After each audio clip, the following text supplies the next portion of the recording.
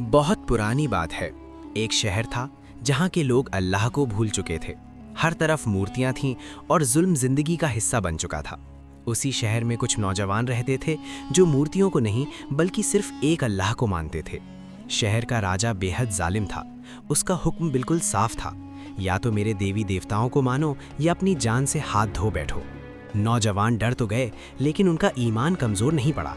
उन्होंने साफ कह दिया, हमारा रब आसमान और ज़मीन का मालिक है, उसके सिवा हम किसी को नहीं पुकारेंगे। जब जुल्म हद से बढ़ गया और जान का खतरा सच बन गया, तो ये नौजवान रात के अंधेरे में शहर छोड़कर निकल पड़े। ना कोई सामान था, ना कोई मंजिल, बस अल्लाह पर पूरा भरोसा था। रास्ता बहुत मुश्किल था, पहाड़, रेगिस्तान, थके हुए कदम, लेकिन दिल ईमान से भरे हुए थे।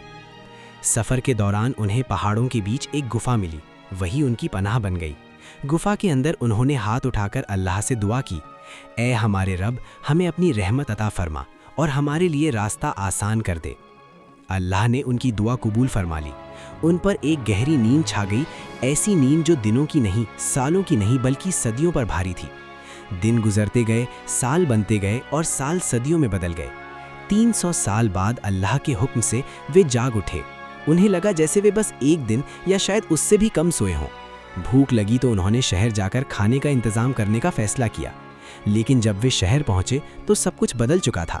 जहां कभी मूर्तियां थीं, वहां अब अल्लाह का जिक्र था। लोग अब अल्लाह को मानने वाले बन चुके थे। शहर में ईमान जिंदा हो चुका था।